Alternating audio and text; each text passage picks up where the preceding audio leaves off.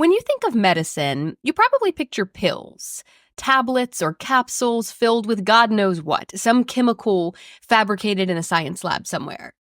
But these manufactured pharmaceuticals are a fairly recent invention. They didn't exist, basically, until the early 1800s, when chemical analysis became a thing. At that point, scientists started to extract and modify the active ingredients in plants that had been used as medicine for millennia. Later, they forgot about the plants altogether and began making their own chemical compounds to achieve the same results. When this happened, herbal remedies, plant medicine, mostly fell out of favor in the West. Lost in the fall was medical cannabis, which had been used in Asia and the Middle East since ancient times as an effective medicine to treat all kinds of ailments. But that doesn't quite explain it, because cannabis didn't just fall out of favor in the US. It was crucified, demonized as a dangerous, violent drug that caused a, quote, lust for blood. A drug so vilified, simply possessing it carries up to a 1-year prison sentence, selling it up to 60 years in some states. But cannabis has more than medicinal uses. For thousands of years, it was grown as a fiber to create rope, fabric, paper, even sails for ships. It was so useful, planters in colonial America were actually required by law to grow it. So what really happened here? How does a plant, so easy to grow with so many valuable uses, get twisted into something downright evil? Let's fix that.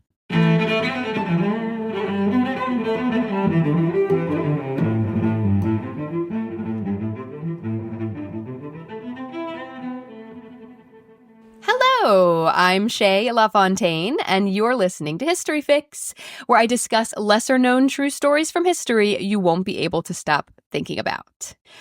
I have had this episode topic on my mind for so dang long, ever since the Prohibition episode way back when, number 21, because it just does not make sense.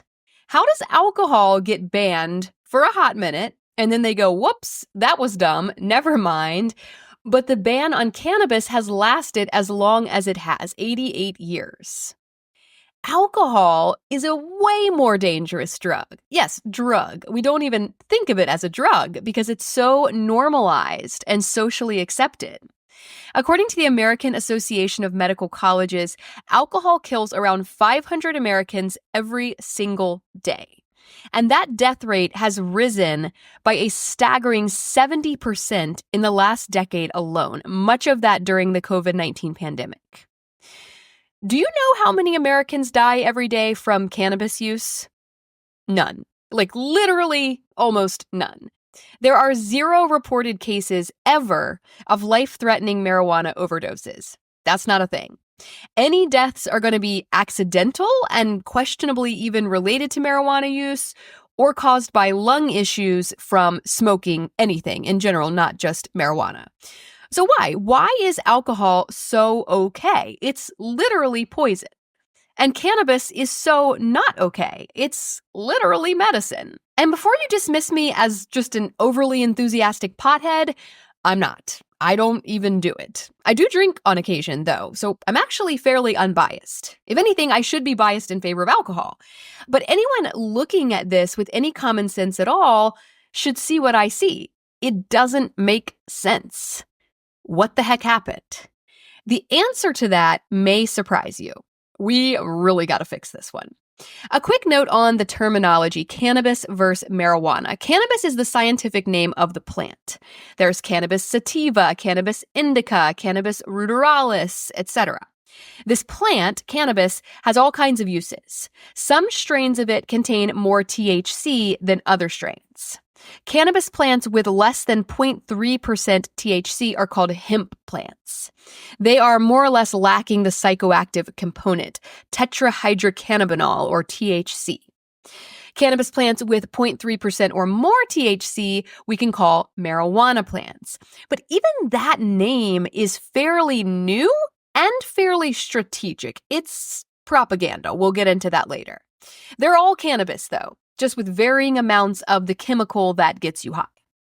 Cannabis is indigenous to Asia, Central Asia, we believe, but it grows well in many climates: warm climates, cool climates, mountains, lowlands. It's a hardy plant, kind of like a weed. Wonder how it got that nickname. Tracing it all the way back, it seems to have originated in Central Asia. That's where we see the most strains of the plant in existence. Asia is also where we get some of the first archaeological evidence of humans gathering it, cultivating it, using it. An excavation at an archaeological site from 8000 BC on the Oki Islands near Japan uncovered cannabis achenes, which are the fruit of the plant. Essentially, they contain the seeds. So it's theorized that these ancient Japanese people were using the plant for some purpose at that site. Maybe just a coincidence that it was there, but they might have been using it. Now, plants are tricky archaeologically because they mostly decompose. So it's hard to find traces of them from a super long time ago. In Neolithic China, we have imprints from cannabis plants on pottery from the Yangshao culture, which existed 5,000 to 3,000 years ago. So they're pressing the plant into wet clay to leave an impression in the pottery, which is one way to make plant evidence last that long. We know the Chinese also used cannabis hemp later to make clothes, shoes, rope, and an early form of paper. But this use as pottery decoration is the earliest evidence from China. Samples of hemp fabric have also been found in Korea dating back to 3000 BC. And then, as valuable trade goods tend to do, cannabis starts to move. We have evidence that ancient Assyrians burned it as an aromatic. They called it kunabu, meaning a way to produce smoke.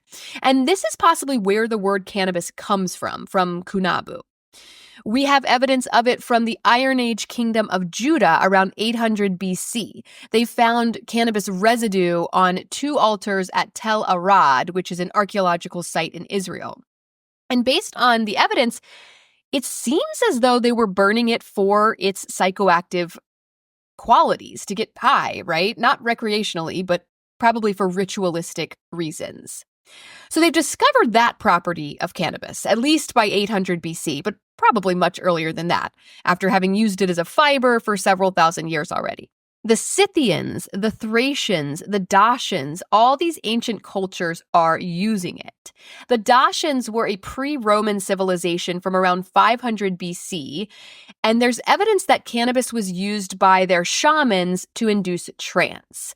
We think this because their shamans were called kapnobatai, which means those who walk on smoke or those who walk on clouds. We also have evidence of cannabis in India by around 500 BC, but we don't actually see it in their writing, recorded in writing, until around the 1100s. The classical Greek historian Herodotus recorded in 480 BC that the inhabitants of Scythia, which was also a pre-Roman civilization from 900 BC to about the mid-200s AD, inhaled the vapors of hemp seed smoke as part of rituals, but also recreationally. And this may be the first solid account of recreational cannabis use, although I'm sure it had been happening, as soon as they figured out that it had psychoactive properties. Herodotus wrote about this, but they've also found actual hemp seeds at ancient Scythian sites. So it's backed up by physical evidence as well. By the 200s AD, we have written evidence from China coming from the Shenong Benkaojing, which is a book about agriculture and medicinal plants, describing burning cannabis in incense burners and inhaling the smoke in order to enjoy the psychoactive effects. So this stuff is sort of low-key all over the ancient world. They're using it for fiber, right? Fabric, paper, shoes. They're using it for rituals. They're using it recreationally, and they're also using it medicinally. Ancient Egyptians used it to treat glaucoma and inflammation. Indians used it as an anti-phlegmatic and anesthetic, but also to treat leprosy and dysentery, cure fever, and encourage sleep. It was even thought to prolong life. The ancient Greeks used it for inflammation, earaches, and swelling. The ancient Romans boiled cannabis roots and used them as a treatment for gout, arthritis, and chronic pain. The Arabians used it for migraines, pain, and syphilis. The ancient Chinese compiled a list of over 100 medical cannabis uses. By the 1100s and 1200s, it really takes off in the Middle East and Africa. Not unlike coffee, it's popular in Muslim countries because of their ban on alcohol. Like caffeine, cannabis was an accepted mind-altering substance. But smoking wasn't really popular until tobacco came on the scene in the 1500s after its, quote, discovery in the Americas. They would burn cannabis like incense and inhale the smoke, but they mostly consumed it as edibles before smoking became popular. So it's all over Asia, India, the Middle East, Africa. They're thoroughly enjoying all aspects of the cannabis plant.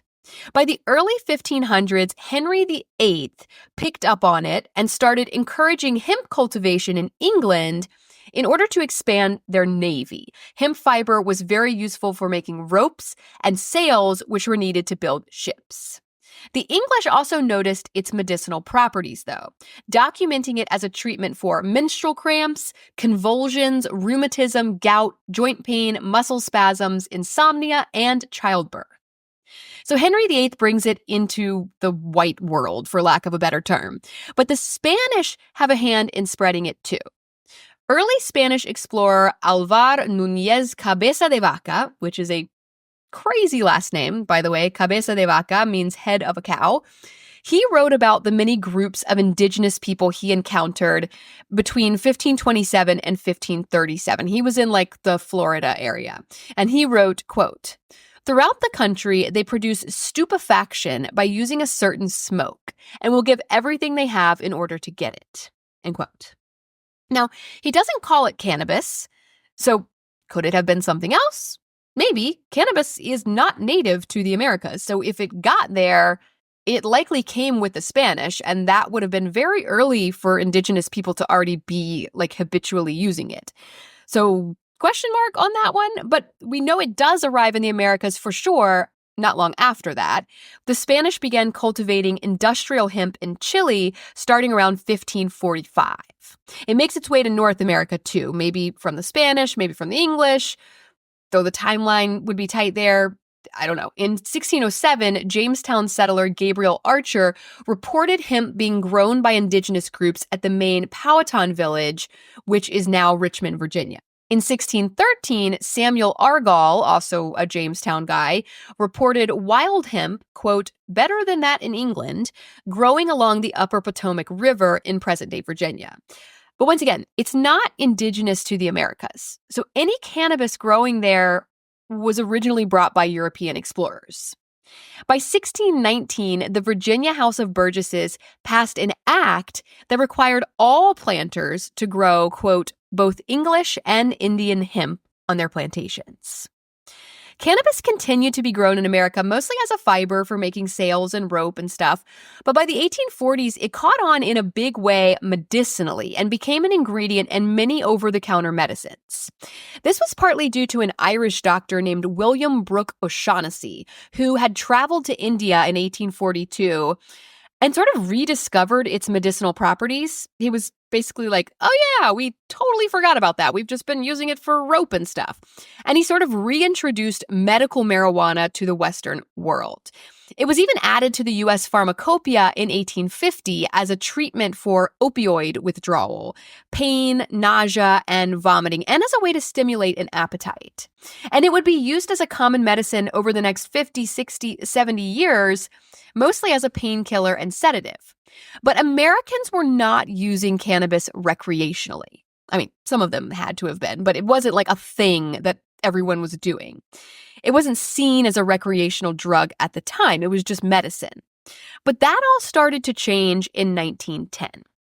In 1910, there was a bloody, violent conflict in Mexico, the Mexican Revolution. And this led to a lot of Mexican immigrants, refugees really, entering the United States. And you know who did use cannabis recreationally? Mexicans. They smoked it for fun. They smoked weed, and they brought this habit with them to the U.S. Now, the Americans were not stoked about all of these Mexican immigrants. There was a lot of xenophobia and fear surrounding this influx of foreigners, especially when the Great Depression hit in 1929, because so many people lost their jobs.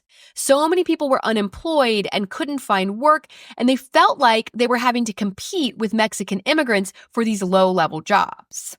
So many Americans really came to fear and despise Mexican immigrants. And what did Mexican immigrants do? They smoked cannabis. And with this growing fear, we see hysterical claims emerge about cannabis, that it caused violence, a quote, lust for blood. We have newspaper articles like this headline from the New York Times in 1925 that reads, quote, Mexican, crazed by marijuana, runs amok with butcher knife. This is actually when the term cannabis, which is what the plant is actually scientifically called, was replaced with the term marijuana in the US. Marijuana is an anglicized version of what it was called in Mexico. And so by switching to that name, it was a way of promoting the foreignness of the drug. That's their thing. It's not our thing. And this name switch may have helped stoke the xenophobia surrounding Mexican immigrants and their drug of choice. It helped to sow division in the minds of Americans between us and them. Fun fact, we do not actually know the origins of the word marijuana. Matt Thompson explains in an NPR article, quote, one theory holds that Chinese immigrants to Western Mexico lent the plant its name, a theoretical combination of syllables that could plausibly have referred to the plant in Chinese, ma, ren, hua, might have just become Spanishized into marijuana. Or perhaps it came from a colloquial Spanish way of saying Chinese oregano, mejorana chino, or maybe Angolan slaves brought to Brazil by the Portuguese carried with them the Bantu word for cannabis, macana. Maybe the term simply originated in South America itself as a portmanteau of the Spanish girls' names Maria and Juana, end quote. But wherever it came from originally, the term marijuana did not make its way to the U.S. until Mexican immigrants arrived in the early 1900s. And it was happily adopted, seemingly strategically, as a way to stoke anti-Mexican and consequently anti-cannabis sentiment. Of note, another group was also beginning to use cannabis recreationally by the 1920s. Black people, mostly jazz musicians in New Orleans. And New Orleans was actually the first U.S. city to ban cannabis. It was seen as a dangerous vice used by groups who were perceived by the white majority as inferior races and social deviants. But the real beginning of the end for cannabis in the U.S. was ushered in by a man named Harry Anslinger. Anslinger came on the scene in 1930 as the first commissioner of the Federal Bureau of Narcotics, which would eventually transform into the modern-day DEA, or Drug Enforcement Administration. Towards the beginning of Anslinger's 32-year-long career in this position, prohibition was repealed, 1933. So alcohol is no longer illegal. And that was like their main thing, kind of. I mean, there was cocaine and heroin, which had both been outlawed in 1914, but a very small percentage of the population was actually using them. You didn't need a whole federal bureau to enforce that. So Anslinger is like, well, shoot, what are we going to do now? And he turns his attention to cannabis, which had already started to be demonized by fear and racism towards Mexican immigrants and Black musicians. Marijuana, this evil foreign drug with a foreign name. Never mind that we've been growing it in this country for over 300 years and were once even required by law to do so. Anslinger previously had no problem with it. He's even on record at one point calling the idea that it made people violent or insane a, quote, absurd fallacy. He said that. But now that alcohol is legal again and barely anyone is doing cocaine and heroin, now he sees the weakness of his position. Is he really necessary? Is the Federal Bureau of Narcotics even necessary anymore? He needs to enforce something. So he decides to wage war on all drugs, including cannabis. And at that point, he decides to believe the outrageous newspaper headlines from the 1920s that he had previously called an absurd fallacy.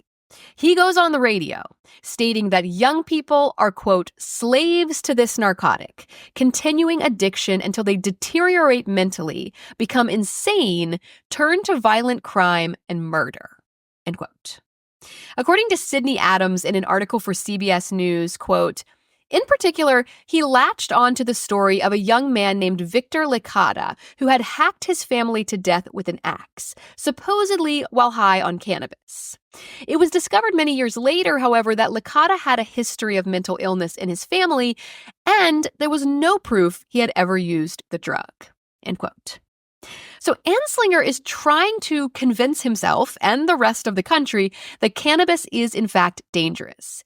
He reaches out to scientists, right? He's halfway trying to do this thing right. He asks 30 scientists who had studied it, is it dangerous? Does it make people violent and crazy?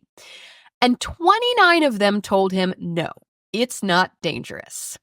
But one scientist, 1 out of the 30, agreed with him, for whatever reason, that cannabis was a dangerous drug, and that is the only opinion that he presented to the public. And then the press took it and ran with it and sensationalized the heck out of it until cannabis was seen as evil, one of the most dangerous drugs.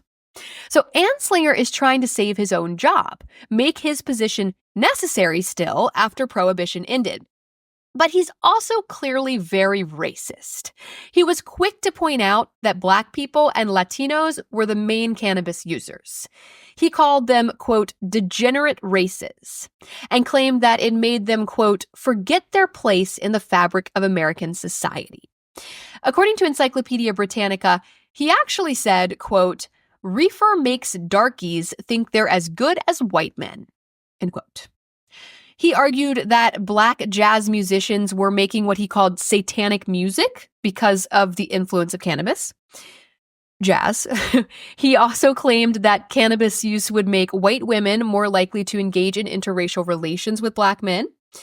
And with all of this propaganda, this sensationalized media and fear-mongering, helped along by the 1936 film Reefer Madness, Anslinger helps introduce the Marijuana Tax Act of 1937, which made possessing or selling marijuana illegal in the U.S.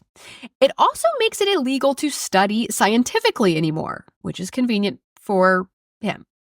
So in 1937, it's illegal.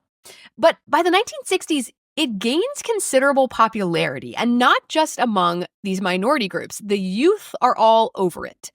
They aren't buying Anslinger's lies anymore. College students, anti-war activists, hippies, the counterculture, right? They partake in cannabis recreationally despite the illegality of it. They don't care. They knew it was harmless, not even because 29 scientists told them so, but because they did it themselves and nothing bad happened to any of them.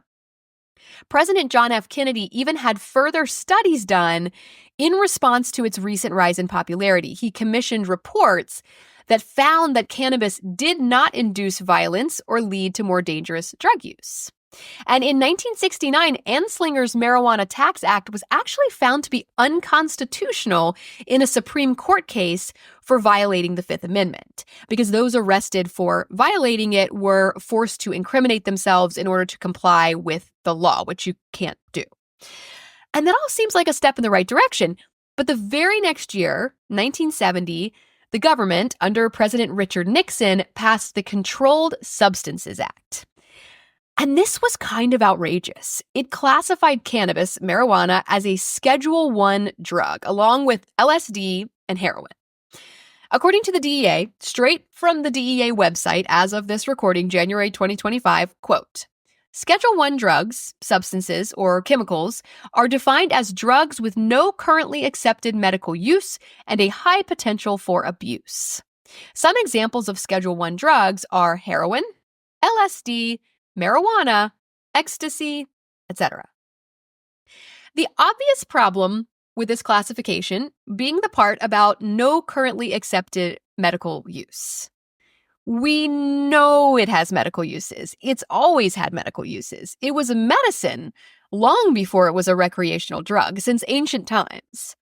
But it was removed from the U.S. pharmacopoeia in 1942 after Anslinger's ban. And Nixon completely ignored studies that stated as much. He ignored a 1972 report from the National Commission on Marijuana and Drug Abuse suggesting that marijuana was misunderstood and recommending partial prohibition and much lower penalties for possession. Ignored it. So at the time, cannabis had no, quote, currently accepted medical use. Okay, fine. They weren't currently accepted.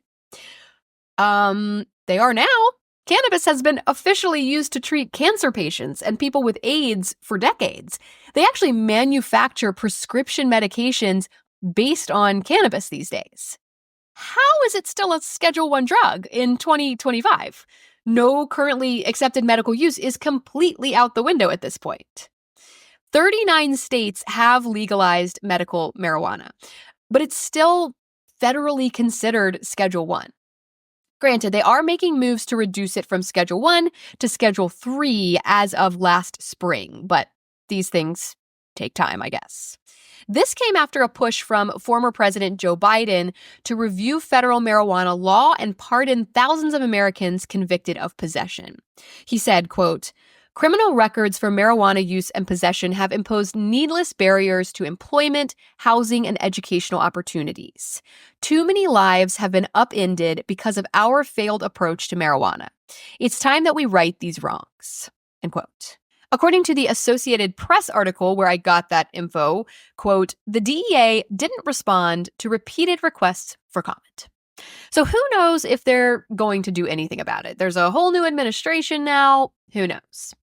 But it is a problem. Biden's onto something major there, calling it a needless barrier, because convictions for marijuana possession way disproportionately affect minorities. According to Encyclopedia Britannica, quote, "African Americans in the early 21st century were nearly 4 times more likely than whites to be arrested on marijuana-related charges, despite both groups having similar usage rates." End quote.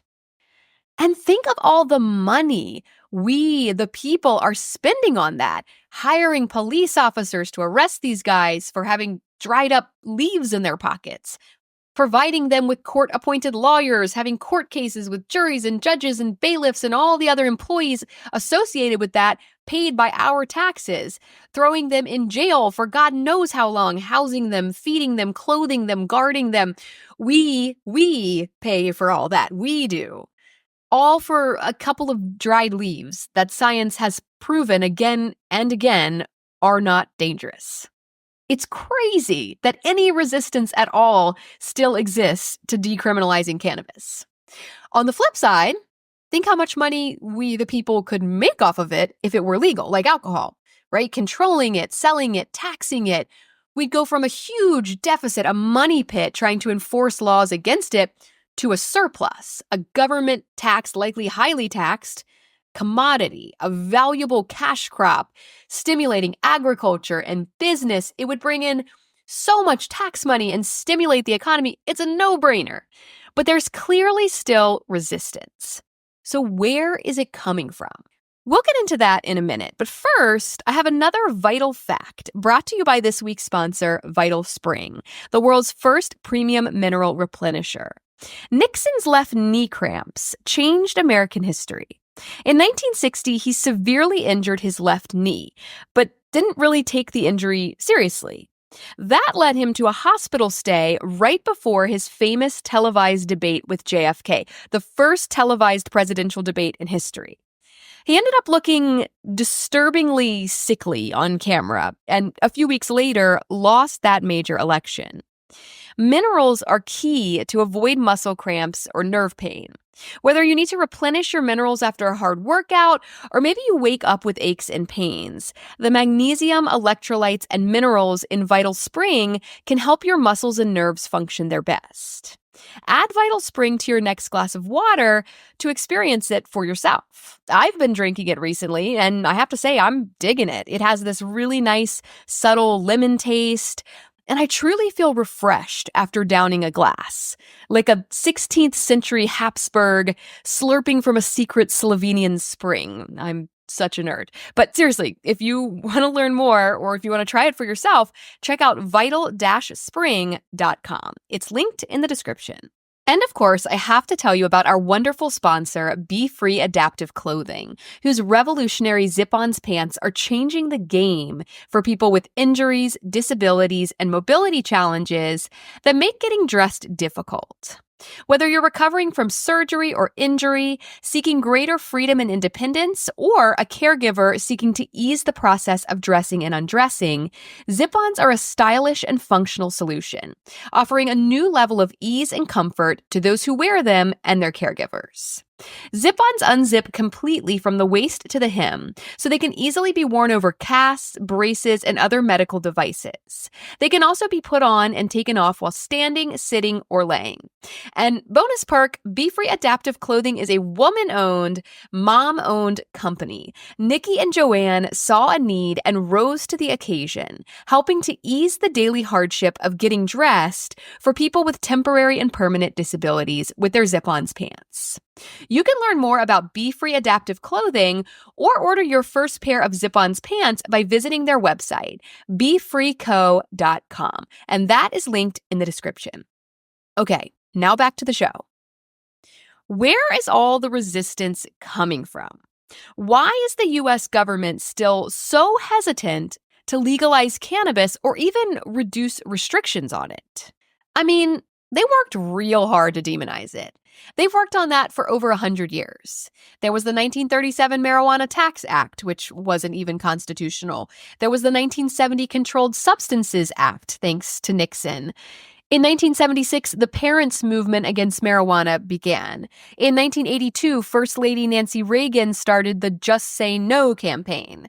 In 1983, the DARE program, the Drug Abuse Resistance Education Program, was started. I'll never forget it. I went through that program in school in the 90s. I'm sure many of you did too.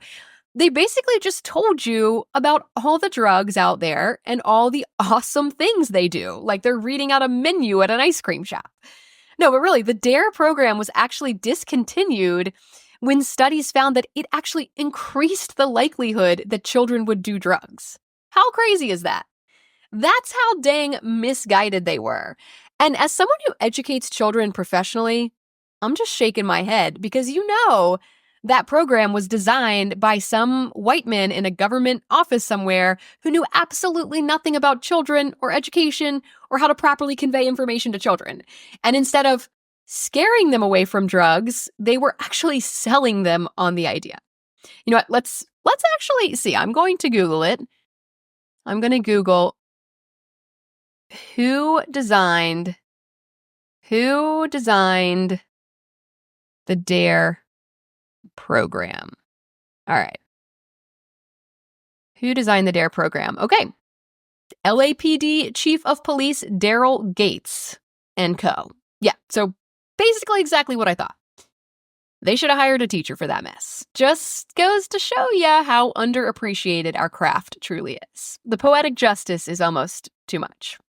In 1986, Ronald Reagan signed the Anti-Drug Abuse Act, which raised marijuana penalties and created mandatory sentences similar to those for heroin. Yes, heroin. And in 1989, George H.W. Bush declared a new war on drugs, which continued anti-marijuana campaigns. I mean, they really pushed it. Granted, a lot of this was for all drugs, right? Not just cannabis, many of which were actually dangerous and addictive and life-threatening, like heroin. The problem is that cannabis was lumped in with all the others, and it should not have been. But that stems back to the early demonization of it by Anslinger and xenophobic Mexican-fearing Americans during the Great Depression, who lumped it in with all the baddies. Maybe. I mean, it's still pretty murky. Matt Thompson brings up an interesting point in that NPR article I mentioned earlier. He says, quote, "Here's the thing, though. The pot was outlawed because Mexicans argument is complicated by the fact that Mexico was also cracking down on the drug around the same time. As Isaac Campos documents in his book, Homegrown, Marijuana and the Origins of Mexico's War on Drugs, Mexico's prohibition of pot actually came in 1920, a full 17 years before the U.S. federal government pot crackdown started with the Marijuana Tax Act of 1937.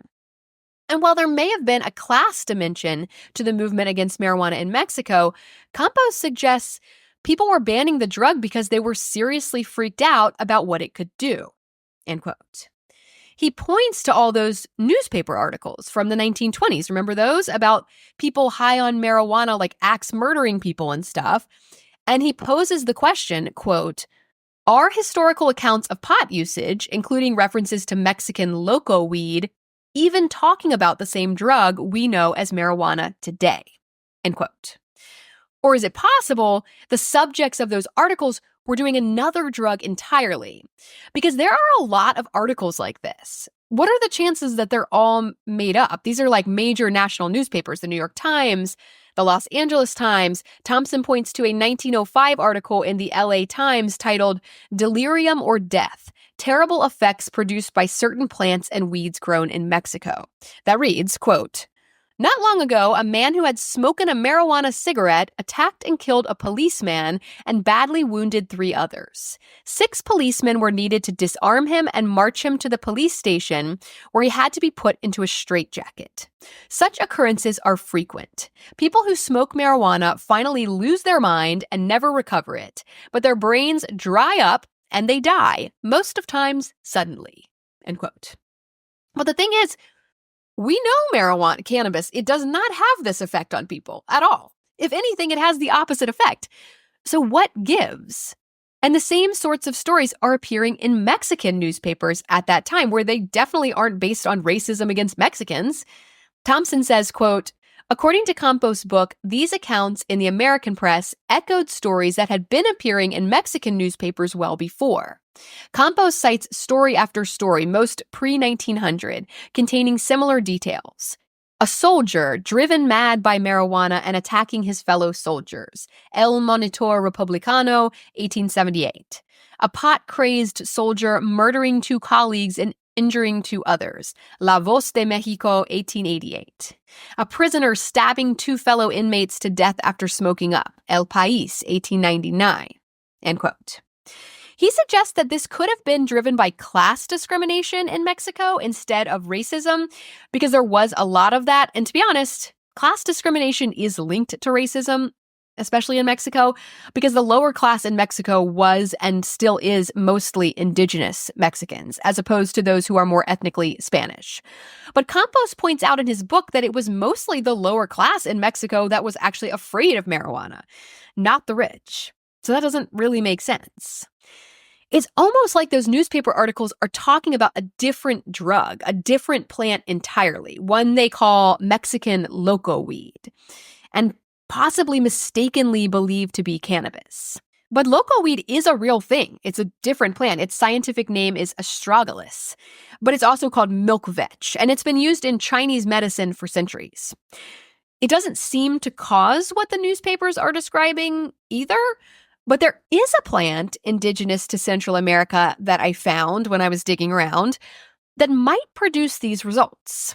Its scientific name is Datura stramonium, but it's also called thorn apple, Jimson weed, and devil's trumpet. According to Wikipedia, quote, D. stramonium has frequently been employed in traditional medicine to treat a variety of ailments. It has also been used as a hallucinogen, taken to cause intense sacred or occult visions. It is unlikely ever to become a major drug of abuse, owing to effects upon both mind and body frequently perceived as being highly unpleasant, giving rise to a state of profound and long-lasting disorientation or delirium with a potentially fatal outcome, end quote. It also lists, quote, bizarre behavior as a symptom of Datura stramonium intoxication. So could the Mexican locoweed described in the newspaper articles actually have been Datura stramonium, or some other plant even? Mexico is dotted with tropical rainforests. According to the National Park Service, quote, it is likely that there may be many millions of species of plants, insects, and microorganisms still undiscovered in tropical rainforests. So who knows how many Mexican rainforest plants we don't even know about?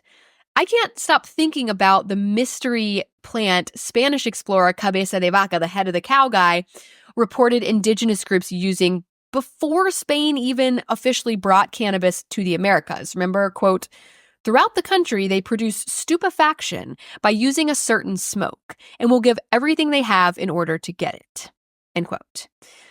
How do they have cannabis before it's officially brought over from Spain in 1545? It's not indigenous to the Americas. Was that some other cannabis-like plant? How many Mexican locoweeds are there? So I don't know. There's a chance the newspaper articles in both Mexico and the US at the turn of the 20th century were mistaken. There's a chance they confused another drug entirely for cannabis. There's also a chance those stories were being sensationalized, blown out of proportion by fear. And in the US, at least, a lot of that fear stemmed from racism, fear of foreign invaders coming in to take our jobs. Unfortunately, it's not an antiquated problem. It's still very much an issue in America today. I always kind of thought there was more to it, more of a conspiracy, right? Like the paper industry trying to crush the competition by taking down hemp, or the pharmaceutical industry trying to take out all last vestiges of natural herbal medicine so they could push their hard to get and therefore more expensive chemical concoctions. But really, I think it's simpler than all that. I think it comes down to basic, age-old human nature. A natural fear of otherness, a distrust of those outside our circle, outside our tribe, competition with other tribes. It goes back to our very ape days. Except now, we've evolved. We're far more intelligent, and we've learned how to wage mental warfare to destroy our enemies. And I think that's part of what happened with cannabis. It went down as collateral in a mental war against otherness. They brainwashed us for decades, and now that the haze is starting to lift and we're starting to come out of it, we look back and we go, wait, what? What happened? That doesn't even make sense. Because it only makes sense when you're in the haze. It makes so much sense that you pass laws and start campaigns and push programs in schools and ignore scientists and arrest millions upon millions of people using taxpayer dollars, and it's all based on absolutely nothing. It's a cautionary tale. Apply this same phenomenon, this brainwashing, this mental warfare, this haze in other areas. It's a scary thing we do. To make people believe, truly believe, that something innocent, something harmless, is pure evil. You guys might think I'm being dramatic, but consider Nazi Germany. Now, let me repeat that last bit again, word for word, but with your Nazi Germany glasses on this time. I said, it makes so much sense that you pass laws and start campaigns and push programs in schools and ignore scientists and arrest millions upon millions of people using taxpayer dollars, and it's all based on absolutely nothing. The haze. It's a scary evolutionary adaptation, and we have not seen the last of it.